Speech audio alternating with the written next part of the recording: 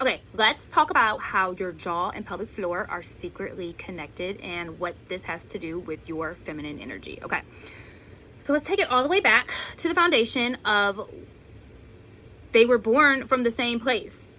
Okay, that's how far we're taking it back. So your jaw and your pelvic floor were created from the same embryological tissues while you were developing in your mother's womb. That means from the very beginning, these two areas have been communicating like twin pillars of expression and protection. That's why clenching your jaw can create tension in your hips, and why releasing your pelvic floor can sometimes bring tears, emotions, or truth up through your throat. You'll feel that tension or like that rock in your throat, right?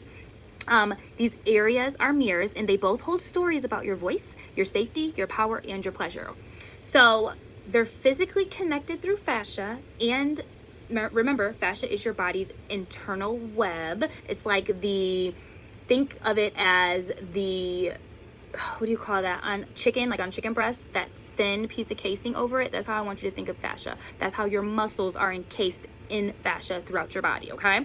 So fascia, imagine like a spider web running through your jaw all the way down to your pelvis, and that's the body's connective tissue. The deep front line of this web links your tongue, your throat, your diaphragm, your abdomen, your pelvic floor muscles, all the things, okay? Everything's encased in it. So if you hold tension in your jaw, that tightness will travel down to your pelvis and vice versa.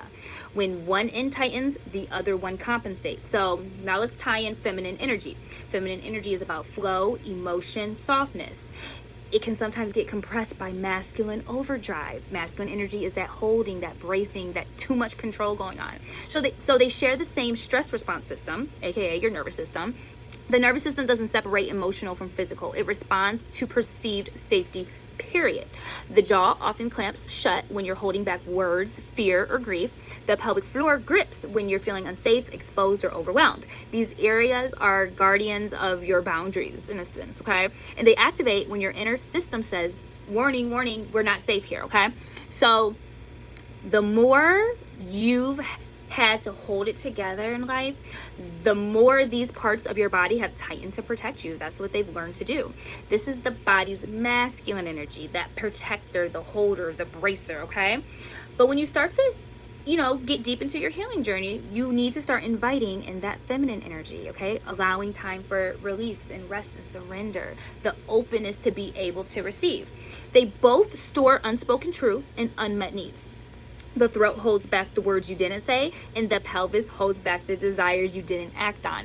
Both hold emotion, pain, and power.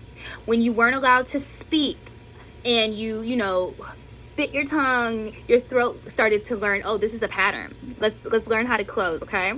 When you learn to disconnect from your pleasure or your femininity, your pelvis learns to stay guarded. This is where emotional suppression becomes physical tension, and why so many women feel cut off from their voice and their bodies. Your feminine energy thrives in freedom of movement, sound, expression, and in order to reclaim it, your body must feel safe enough to soften, and that's why we do so much work around the nervous system first, okay?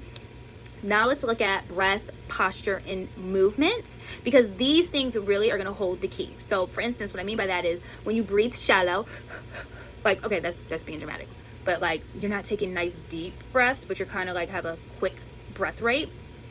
When you walk around biting your tongue, clenching your jaw, when you like suck in your stomach and you're just bracing, or like you're tucking your posture and you're like trying to shrink a little bit, you got like slumped shoulders.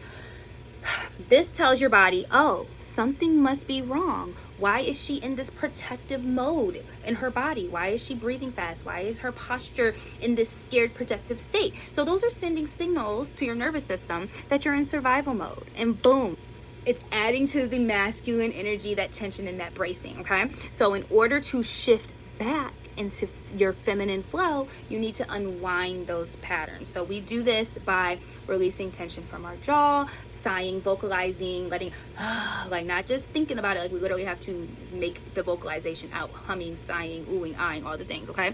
Letting your belly loose, letting it expand, like don't suck it in, and no, we're not doing that, okay? It's not good for us. And also getting the sacral energy moving by actually letting loose, moving your hips, dancing, having fun. We have to move our body. These things matter, okay? So bottom line, your voice and your hips are sisters. There is a connection between your jaw and your pelvic floor.